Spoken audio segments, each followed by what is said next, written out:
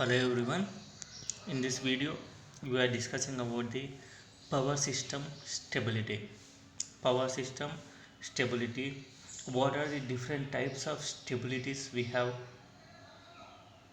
and what are the definitions of stability, advantages, disadvantages,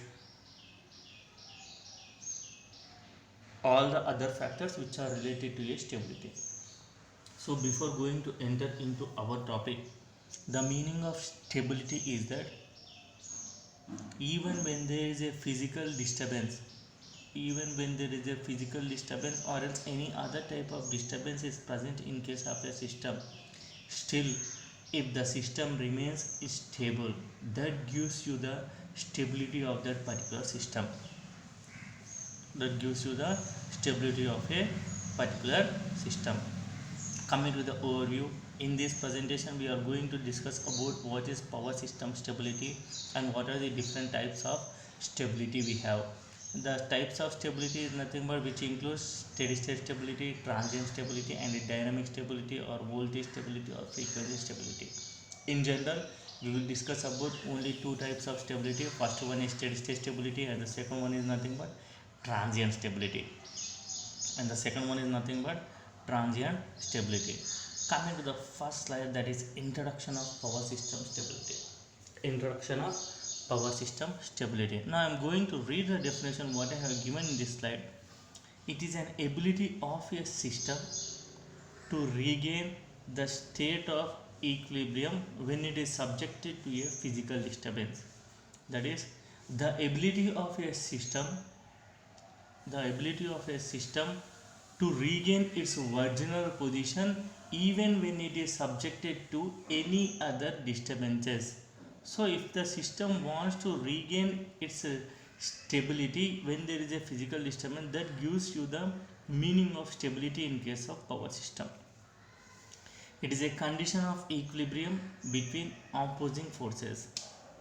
When the disturbance leads to a certain imbalancing condition. We will move to the next slide. Here the next slide describes the classification of stability. So here the classification is based upon different factors. First one is based upon the physical nature of resulting instability. Second one is size of disturbance. Third one is nothing but the time span involved.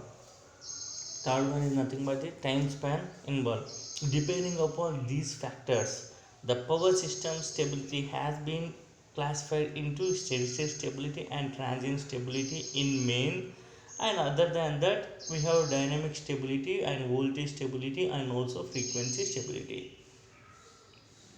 Coming to this, now we are going to discuss about steady state stability.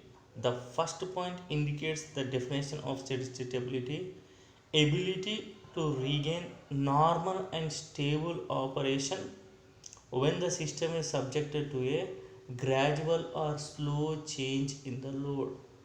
So without any intimation, if there is a sudden change in the load slowly or gradually, that leads to the steady state stability. That is the ability to regain stability of a system when there is a small or gradual variation of load.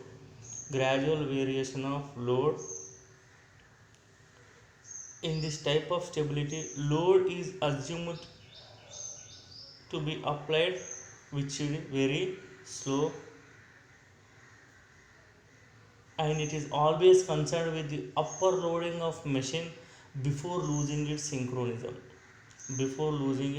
So finally, the definition of steady state stability is that the ability to regain stability of a system when it is subjected to a slow variation in the load before losing its synchronism.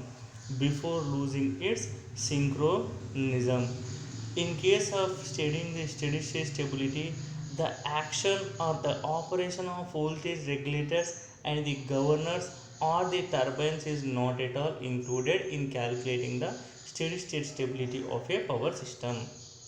Coming to the next slide, in this we are going to discuss about the transient stability. In this we are going to discuss about the transient stability. The transient stability is nothing but ability to regain the stability of a system when it is subjected to sudden and large variations in the load before losing its synchronism. Coming to the previous definition, when there is a small and mini changes or mini variations in the load, it leads to what? Steady state stability. When the system is subjected to sudden and large variations in the load, when the system is subjected to sudden and large variation in the load, even when there is a large variations, if the system regain its stability, then the type of stability is called what? Transient stability. Here we are going to consider the effects of losses in case of a generation, transmission, switching operation and faults. And the linearization of system equation is not permitted here, and the transient stability is studied based upon the swing equation or else equal area criteria method. Coming to the next one, dynamic stability. It is completely similar to the steady state stability, that is, it has ability to regain the stability of a system when there is a small variations in the load before losing its synchronism. The main difference between steady state stability and dynamic stability is that it includes the operation of both turbine governors and voltage regulators in it, and the steady time for dynamic stability is only 4 to 10 seconds, very less time. And these are the other classifications of a power system stability: rotor angle stability, frequency stability, and voltage stability, where the rotor angle is again divided into two: small stability, transient stability. And coming to the voltage stability, it is further divided into two: short term and long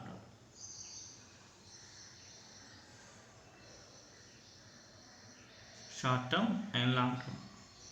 Coming to the first one, rotor angle stability.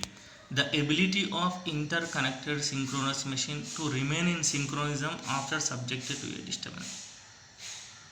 So the ability of a system to remain in synchronism when it is subjected to a physical disturbance, that is nothing but when it is subjected to a fall. So depending upon the ability to store equilibrium, it depends upon the ability to store the equilibrium between a electromagnetic torque and mechanical torque. The output power of synchronous machine vary as the rotor angle swing varies. System is unstable by increasing angular swings of some generators. Now coming to the next one, transient rotor angle stability. It is the ability to remain in synchronism after being subjected to sudden or large variations in rotor angle. It depends upon the transient disturbance due to power angle relationship, in such a way that to be stable for a selected set of transmission. So it is designed, this type of system is designed in such a way that it will remain stable even when it is affected by the faults called as LG, LLG or else any other three-phase faults. Coming to the next one, small signal rotor angle stability. The ability of a system to maintain synchronism under small disturbances. If the ability of a power system maintains the synchronism under large variations, it is called transient signal rotor angle stability. If the ability of a system remains in synchronism under small variations, it is called as small signal rotor angle stability. The linearization of system equations is possible in this. The instability of such type of systems will be mainly due to lack of sufficient synchronizing torque or else due to the lack of sufficient damping torque. Coming to the next one, frequency stability. It is the ability to return stable or normal operation at rated frequency after being subjected to imbalance. whenever the system is subjected to a particular fault, or else whenever there is a physical disturbance occurred in between the generation or load, if the system remains stable at the rated frequency, then such type of stability is known as frequency stability. In case of this, instability may be occurred due to the frequency swings. Frequency swings in a small system, frequency stability could be of concern for any disturbance, but in case of large system, it should be considered. Frequency stability problems are mainly associated with equipment responses, poor coordination of control, and also protection systems. This is nothing but the general picture of a frequency stability. Here the left diagram of this represents the general structure of a motor. Voltage stability, the ability of system to maintain the steady state voltage at all buses when there is a disturbance. The main aim of stability is nothing but to maintain the stable operation when there is a physical disturbance. It may be regarding voltages, it may be regarding frequency, it may be regarding any other, regarding variations in the load. Either it may be small variations, either it may be a large variations. The voltage instability may be due to a increase in load demand, change in the system condition, change in the other factors. Voltage stability can be improved by using booster transformer, series and shunt capacitors, synchronous phase modifiers, and tap changing